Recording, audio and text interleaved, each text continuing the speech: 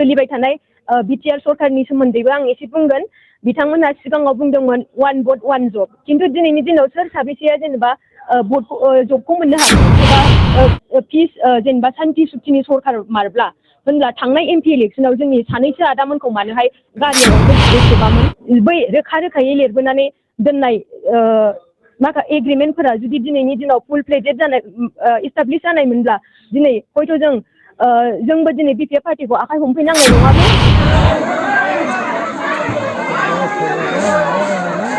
दा बे भिडिअ आपडेटआनो जाहैबाय जे दा फैबाय थानाय बिटिसि बिसायख'थि दा बिनि थाखाय गावबागाव दोलोआ प्रिपेयारेसन मा रोखोम बबे खोथाफोरजों बुङोब्ला एबा बबेबा खोथाखौ बुरखाङोब्ला थिग बेबायदिनो बबेबा मोनसे जुदि दायखौ नुयोब्ला बिसोर माखासे बेरेखा हान्जाया जाबसिनलायनाय थिग बेबायदिनो प्रमद बर' साराबो सिगां जे बुंखानानै लानाय बायदि जे सासे जे बिक्ति बे आइजोआ मा खोथा बुंदों नोंथांमोनहा खोनासंनानै ला।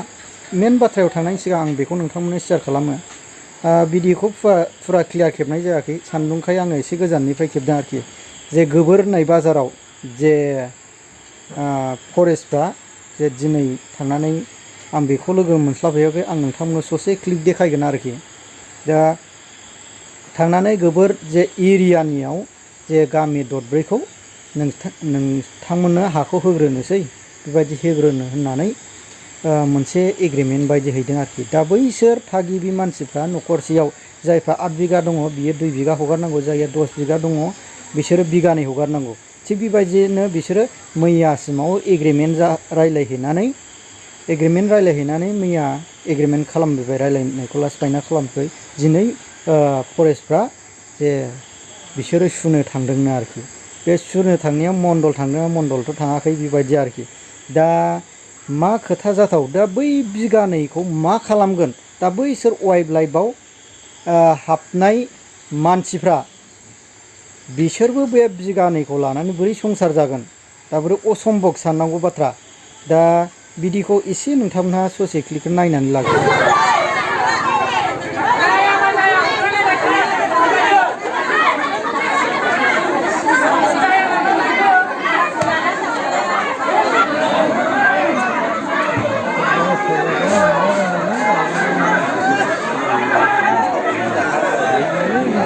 Laila pun namanya, nah ini tidak ada.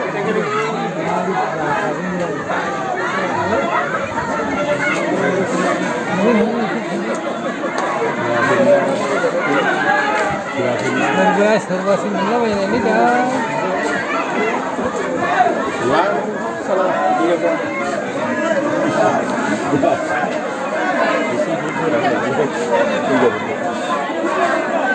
बे जोंहा 100 crore फान्डखौ होनो थाखाय खोथा होदों। बिनि गेजेरजों जोंहा जेनेबा गोबां बेखार जानानै थानाय लाइमोनफोरा जेनेबा हिनजावसाफोरा जेनेबा पार्लार गोबां बिदिनो फिसा फिसौ दखान होनानैहाय जों माने गावबागाव थांनानै थानायनि लामाखौहाय लानो हानाय बायदि आरो। दा जोंहा बेवहाय आरो मेट्रिक पास जानाय, हायार सेकेन्डारि पास जानाय फंबाय बिनानावमोननोबो जायफोरा टप 10 खालामगोन बिसोरनो जेनेबा सासेयावहाय 5 लाख राङै अनसुंथाइ होनायनि जोंहा खोथाबो होनाय जादों। आरो जायफोरा पिएइचडि खालामगासिनो, पिएइचडि स्कलार बिथांमोननोबो स्कलारशिपनि मुङावहाय जेनेबा 5 लाख राङैहाय होनो होननानै जोंहा खोथा होदों। आरो जिहेतु सिगांनि समावनो बिपिएफ पार्टियाहाय जेनेबा मेट्रिक पास जानाय, हायार सेकेन्डारि पास जानाय फोरनो जेनेबा स्टार मार्क लानाय, डिस्टिंसन खालामनाय स्टुडेन्टफोरनो 10,000 20,000हाय अनसुंथाइ होनाय जाखायोमोन, जेराव आंबो निजा गावनो मोननो हादोंमोन बे अनसुंथाइखौ सारमोननिफ्राय बै टाइमावनो। आरो दा जोंहा बेजों लोगोसे आइजोफोरनि थाखायबो जोंहा गोबां माखासे स्पेसियेल फान्डफोरखौ होनो थाखाय आखायाव लादों। आरो जायफोरा खाना बेंगुरा हेन्डिकेपफोरनि थाखायबो जोंहा स्पेसियेल फान्डखौ होनो होननानै जोंहा पार्टिया डिसिसन लाखाबाय आरो निस्सय जाखागोन बियो। मानो होनोब्ला हाग्रामा महिलारि सार बिथाङा खेबसे जे खोथा होबाय बेखौ बियो 100% खालामनानैसो होखागोन आरो। जोंहा बेखौ जेनेबा फैबाय थानाय समाव निस्सय खालामगोन होननानै जोंहा जों रोखायै बुंनो हायो। आरो दा बेनि गेजेरजोंनो आं दानि सोलिबाय थानाय बिटिआर सरकारनि सोमोन्दैबो आं एसे बुंगोन। बिथांमोनहा सिगाङाव बुंदोंमोन वान भट वान जब, किन्तु दिनैनि दिनाव सोर साबेसेया जेनेबा जबखौ मोननो हाखो? जोंनि बेखार सेंग्रा सिख्ला लाइमोनफोरनि समस्याखौ फोजोबनो हादों नामा होननानै आं बेखौ कुइसन खालामनो लुगैयो। बेखौथ' निस्सय जाखायाखै आरो जेरैबायदि बिथांमोनाहाय जेनेबा खोथा होदोंमोन न'खर न'खर साख्रि होनो बेफोरबायदि जेबो खालामाखै। आइजोफोरखौ थगायदों अमा फिसिनाय दाउ फिसिनाय स्किमनि मुङावहाय जेराव अमा दोनग्राखौ बानायनानै होबाय खिन्थु अमायानो सहैयाखै बेबायदिजोंथ' जानाय नङाना होनब्ला जोंनि इन'सेन्ट पाब्लिकखौ जेनेबा माबायदि जेनेबा नंखायै जेनेबा थगायदों आरोना। बेखायनो जों गासैबो जेनेबा आइजो माहारि बिमा माहारियाबो जों इयुथफोरजों फिसाफोरजों लोगोसे जेनेबा जोंनि जाथिखौ हारिखौ बासायनायावहाय जेनेबा जोंजों बाहागो लानांगोन।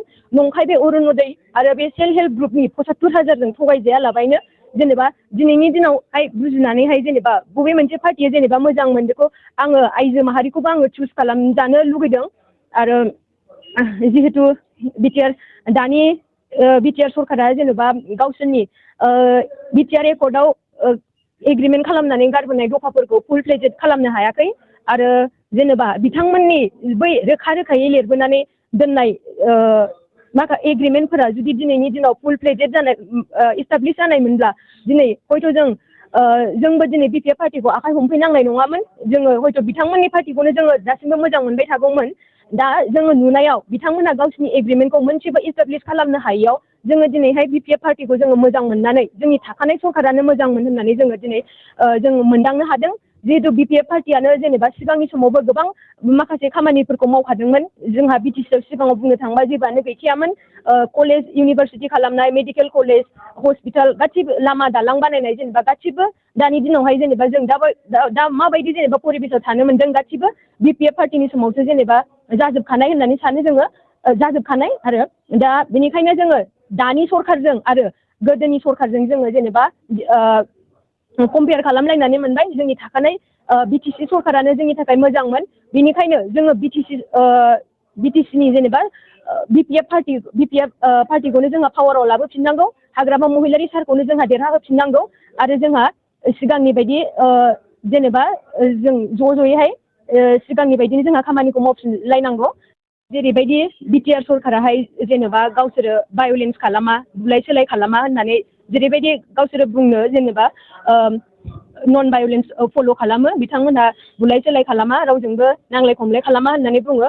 खिन्थु बिथांमोनहा जुदि थारैनो जेनेबा पिस जेनेबा सान्थि सुक्तिनि सरकार मारब्ला होनब्ला थांनाय एमपि इलेक्सनाव जोंनि सानैसो आदामोनखौ मानोहाय गारियाव अन्थाइ खुबैख्रुबामोन आरो जेनेबा न'आव थांनानै मानो अन्थाइ खुबैख्रुबामोन लामायाव बेंथेनानै जोंनि आदामोनखौ मानि थाखाय बुवामोन आं बेखौ दिनै कुइसन खालामनो लुबैदों। आरो जुदि फैबाय थानाय समफ्रावबो जुदि बेफोरबायदि खालामोबा जों इयुथफोरा निस्सय जों बेनि थाखाय आवाज दिखांगोन। आरो मानो होनोब्ला जोंहा आयेन मथे जोंहा बेवहाय गोसोबायदि उदाङै जोंहा पार्टि खालामनायनि मोन्थाय दङ। बे आरो बेनि गेजेरजों आं मोनसे सोंथि सोंनो बिटिसि बिसायख'थिया फैगौ सेप्तेम्बर दानाव जानायनि बाथ्रा थि खालामना दासिम फोसावजायाखै। बिपिएफ हानजानिफ्राय दिनै टिकेट दाबिदार गोबां दङ। बे बेलायावहाय एस ए लाइमोन माबायदि बिजाथिखौ मोननो लुबैगोन बा माबायदि बिजाथिखौ नोंथांमोना सापर्ट खालामगोन?